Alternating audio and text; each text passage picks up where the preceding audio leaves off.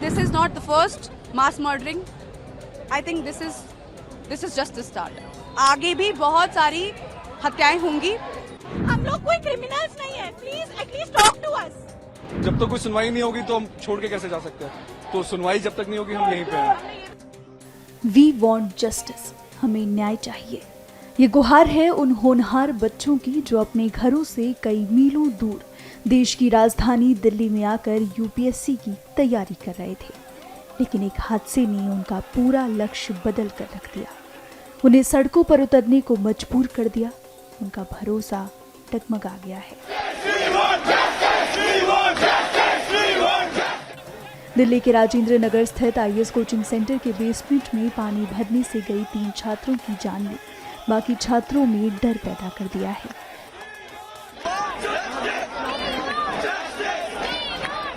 वो in coaching centres में जाने को तैयार नहीं हैं. साथ ही अपने साथी छात्रों के लिए न्याय की मांग कर रहे हैं.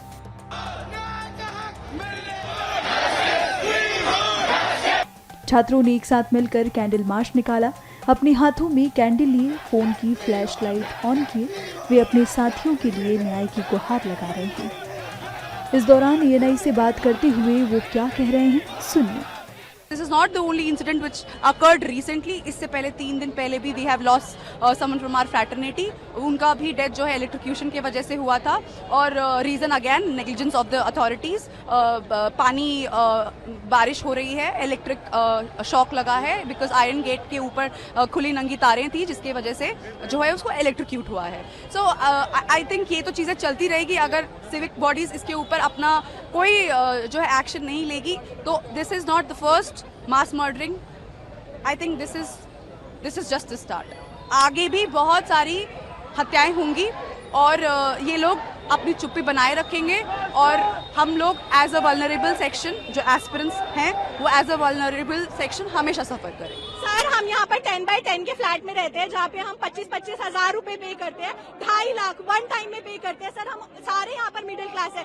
सिर्फ एक छोटी सी सेफ्टी तक डिमांड नहीं कर सकते. सर जिन 2 छात्राओं की कल मौत हुई है, मर्डर हुआ है एक्चुअली एडमिनिस्ट्रेटिव इनएफिशिएंसी की वजह से. सर मैं खुद पब्लिक एडमिनिस्ट्रेशन की स्टूडेंट हूँ. मैंने कमिटेड ब्यूरोक्रेसी के बारे में सुना था, आज देख लिया. ये लोग सुबह हम लोगों को घसीट रहे हैं. हम लोगों की क्या गलती है कि वो पढ़ रहे थे इसलिए मर गए? क्योंकि उनकी बच्चियां पढ़ रही थी तो वो मर गई. उनकी क्या गलती है sir? Even nobody is here to listening to us. हम लोगों ने सुबह से कुछ खाया नहीं है, पिया नहीं है. हम लोग कोई क्रिमिनल्स नहीं है. Please at least talk to us. Sir हम लोगों की डिमांड है कि सारी अंडरग्राउंड लाइब्रेरी बंद हो जाए. जितनी भी यहाँ 99% सर बेसमेंट लाइब्रेरी है. जितना भी इन्होंने कोचिंग माफिया बना रखा है ये सब चीजें खत्म करे. एजुकेशन को बिजनेस बनाना बंद करे. सर सिंपल सी डिमांड है. और हमें सबसे पहले बताए कि रियल कैजुअलिटीज कितनी हुई है. बच्चों ने देखा यहाँ रात को 8 एम्बुलेंस आई थी. 7 से 8 लोग मरे हैं और ये लोग बोल रहे हैं अभी तक 3 लोग मरे हैं. इवन जो लोग मरे हैं उनके पेरेंट्स सर रात को 3 बजे से आरएमएल के बाहर खड़े. उन लोगों को अभी तक उनकी डेड बॉडी तक आइडेंटिफाई नहीं करने दी गई है. उनकी गलती सिर्फ इतनी है that we are an aspirant. That's it. Ma'am हमारी सबसे पहली डिमांड है कि रिस्पॉन्सिबिलिटी को फिक्स करना चाहिए. लगभग 24 आवर्स होने वाले आ रहे हैं, अभी तक कहीं से कोई ऑफिशियली कह नहीं रहा कि रिस्पॉन्सिबिलिटी किसकी है. क्या ये एमसीडी की रिस्पॉन्सिबिलिटी है? क्या ये राउज आईएएस की रिस्पॉन्सिबिलिटी है? क्या ये दिल्ली गवर्नमेंट की है? किसकी है? कुछ भी नहीं पता. और इस पूरे जो भी हादसा हुआ है इसमें अभी तक कोई भी ट्रांसपेरेंसी नहीं है. तो ट्रांसपेरेंसी भी की एक हमारी डिमांड है. उसके साथ एक डिमांड है कि जो सीसीटीवी फुटेज थी अंदर की, हाईटेक लाइब्रेरी है, सबको पता अंदर कैमराज होते हैं. तो हम चाहते हैं कि जो सीसीटीवी फुटेज थी वो सबको साझा किया जाए साथ में. और फिर एक डिमांड है कि एफआईआर की कॉपी, अगर एफआईआर हुई है तो उसकी कॉपी चाहिए, नहीं हुई है तो क्यों नहीं हुई है वो. और उसके बाद जो हमारे कंपनसेशन की बात है कि कम से कम हर जो भी डिसीज एक स्टूडेंट है उसका एटलीस्ट 5 CR का हमको उसका कंपनसेशन चाहिए एटलीस्ट. और उसके बाद अभी तक जो भी लोग डिसीज हैं ना उनके नाम आए हैं ना कोई एग्जैक्ट नंबर आया है. तो लैक ऑफ ट्रांसपेरेंसी. तो ये हमारी कुछ फंडामेंटल डिमांड्स हैं.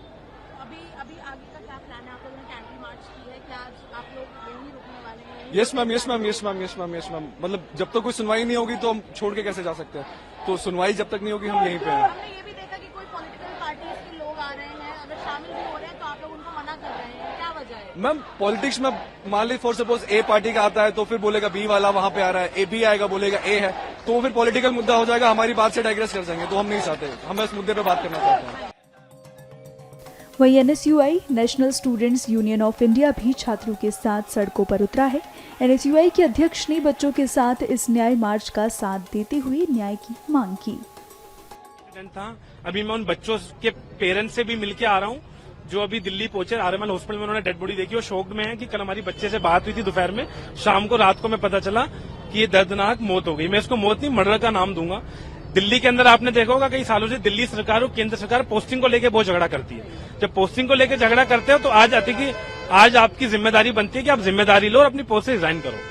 जब आप क्रेडिट तो लेना चाहते हैं लेकिन जब बात आई जिम्मेदारी लेने की आप उससे भाग उठे हैं। कहीं ना कहीं मैं दोनों बीजेपी को भी और आम आदमी पार्टी दोनों को दोषी मानता हूं कि आज तुम्हारे झगड़े की वजह से दिल्ली की सड़कों पर बच्चा मजबूर हो गया। आज कोचिंग में बच्चा डर रहा है जाने से, आज हॉस्टल में बच्चा डर रहा है।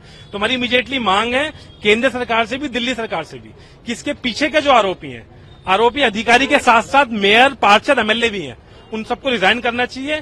सांसद जी जो बार बार बयान दे रही थी कि NDRF की टीम के साथ हम खड़े हैं, उनको बयान की बजाय जिम्मेदारी लेनी चाहिए। वो सख्ती से अभी तक बरतना चाहिए। तो 2 करोड़ रुपए को माफ दे दिए जाए उन तीनों परिवार वालों को। और खास तौर पर दिल्ली के अंदर जितने कोचिंग इंस्टीट्यूट हैं और जितने PG हैं दिल्ली के अंदर, सबकी जांच कराई जाए इमीडिएटली 48 आवर्स के अंदर। उसके बाद बच्चों के अंदर से डर निकलेगा और अपनी राजनीति रोटी सेकने की बजाय जिम्मेदारी ले। और आपको पता है जिम्मेदार कौन है? क्या दुर्गेश पाठक जी को नहीं पता था कि मॉनसून सेशन शुरू हो गया? क्या शैली जी को नहीं पता था मॉनसून सेशन शुरू हो गया? वो मॉनसून सेशन पर उनका ध्यान नहीं था, उनका ध्यान कहीं और था। उनका ध्यान था कि हम ट्रांसफर पोस्टिंग दिल्ली में करा लें।